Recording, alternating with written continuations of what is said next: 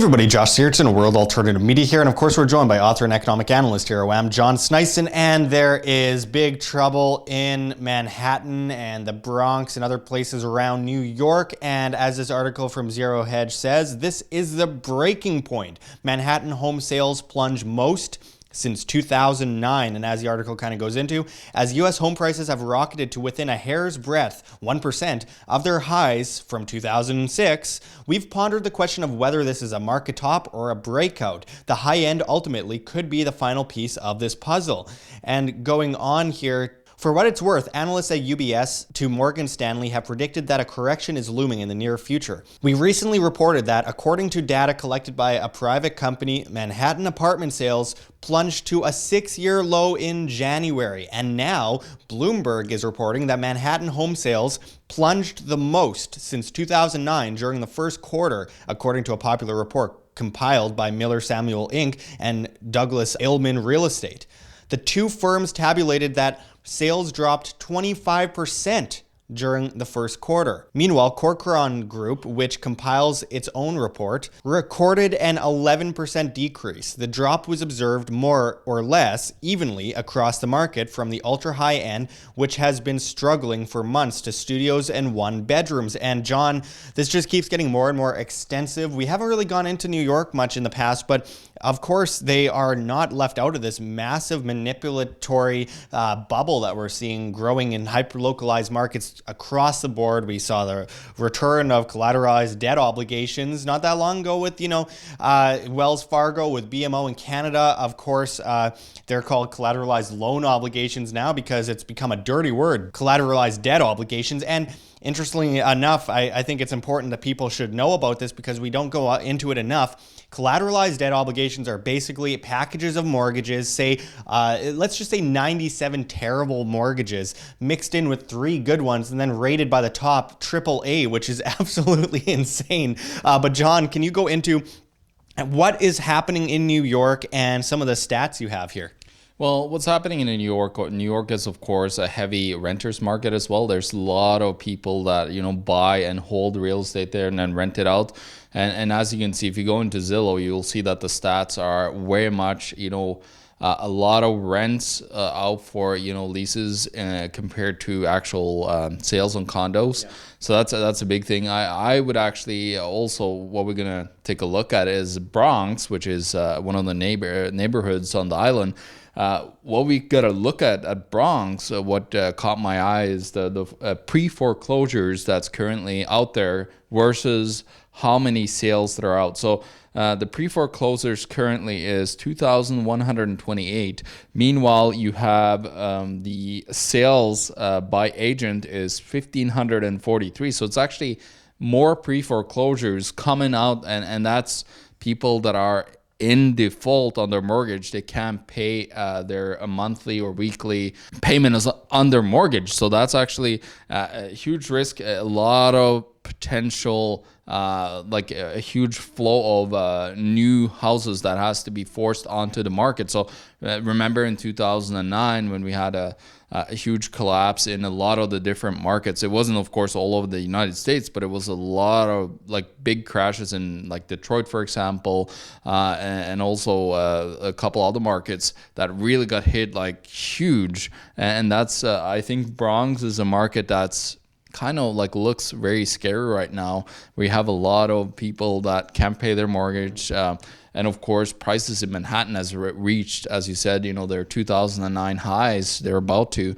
So that's another, big event that's happening where, Yeah, well, let's just say the Bronx is looking as scary as 1980s, early 90s New York City. But look, I mean, this is really important to go into, is that the level of manipulation pumped into these markets is going to meet its end inevitably. It always has, it always will. And of course, the fundamentals are off the table due to the level of manipulation in the markets. So you can't put a date on a crash, but the crash is coming. And as we see it pump up to, this high that we saw in 2006, right before, well, we know what happened next. This is starting to get really concerning. And of course, New York City is a big Agenda 2030 city. Everyone's packed into these little tiny apartments and into the big city. And, that's where you see less self-sustainability. I'm not saying every New Yorker isn't able to take care of themselves. That's absurd. But of course, that is the agenda going forward, is that everyone gets packed into these big cities, into these tiny apartments, and they're unable to be self-sustainable. They're dependent on the city around them. And that becomes a big issue going forward when a crash happens, is how do people take care of themselves? How do people prepare themselves? And of course, we always go into, the preparation, individual responsibility, financial responsibility, and people have to look at, if they're buying a house in New York, which is a lot more rare than most cities. Most people are getting into apartments, but not to look at it as an asset. That's a big thing that Robert Kiyosaki has spoken with us about here at WHAM, is that, your house is not an asset. But John, how do you think this is going to play out going forward? Well, what I kind of see in New York as a huge problem with raising prices is, of course, that you will have people not being able to afford living in a home.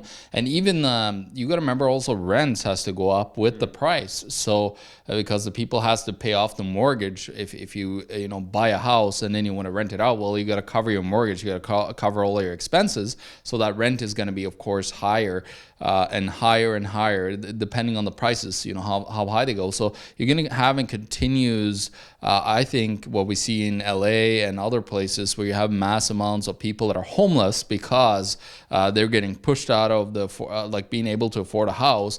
And rent controls is not what you need. It's actually a control over the craziness and cheapness of money, because money is so cheap that everybody's just gone out there and got on the bandwagon to rent out or become an investor, because it's looked at as highly lucrative. To have real estate is a good asset, but you got to understand what you're doing with it and what the risks are involved when you get involved in it. So that's why you see a lot of people just piling into the market, just seeing the high rewards that currently they have, but then they don't see the coming risks, because you're saturating the market really heavily, and it's huge danger for of course now we're seeing as home sales are dropping. It's just a natural cycle, and then of course you have people probably wanting to move out as well. You probably have a baby boomer generation wanting to leave out and to the suburbs or elsewhere, like get out of the big city. A lot of people don't like the city, and of course a lot of cities today, you said Agenda 2030, well, they're becoming these control grids where you have a constant watch an eye from the sky, like cameras everywhere, and the police are stopping, harassing you. So it's just becoming a place where people are not like it anymore. So you see more and more flow out of the cities out to the countryside. Now you see it here in Winnipeg and other places too. In Canada. Yeah, where people are getting sick and tired of being in the big cities, because they're getting so congested. It's not that much fun anymore to live in the city, so they want to go in the countryside to be more sustainable, self-sustainable, because when you're in the city, you got to remember 3 days or less of food is available at any supermarket, so it's a huge risk. Yeah, absolutely. And of course you mentioned rent control, and of course government intervention isn't going to solve these problems. Government will only make it worse, and that's like kind of just pushing off a problem as long as you can, and then actually creating more problems on top of that, because there's lots of taxes in New York. They have to keep up with property taxes, these guys that are doing cash flow with these apartment buildings, and then they have to deal with government rent control. Well, yeah, the rent controls create slumlords, and what they do is, because they cap the rent, well, they can't afford to actually upkeep the place, because now they don't have enough money coming in that they can actually take care of painting the place or making different changes to appliances, whatever it is, and what they're renting out. So you're hitting, like you're literally destroying the real estate instead of letting them actually make the place better. Yeah, there's no incentive for good quality, and that just leads to more problems. I mean, they're already dealing with having to to deal with all the money that they have to pay, and then they're looking at their profit margin and everything, and they're like, oh, well, now there's rent control, so now I can't raise the rent. So now on top of everything, the quality just diminishes. You got bugs. There's lots of bugs in New York apartments and a lot of New York apartment buildings. Good luck getting rid of them. Good luck getting an exterminator. Good luck dealing with all this stuff. Come to Winnipeg where we have rent controls, and Josh, you've been looking for rent, so you've seen kind of that. Yeah. Well, yeah, and I mean, just on top of that, I mean, some of the reasons why the rent is going up in the first place is because of government intervention. It's the property taxes, the taxes that are involved, and the regulations involved. The government, yeah. Yeah, absolutely. So putting more government into it is only going to make the problem worse. But anyway, John, where do you think this is going to be going in the long term? Looking down like the 5-year mark, because they're saying that this could be a long-term thing. It could slowly start to dwindle down.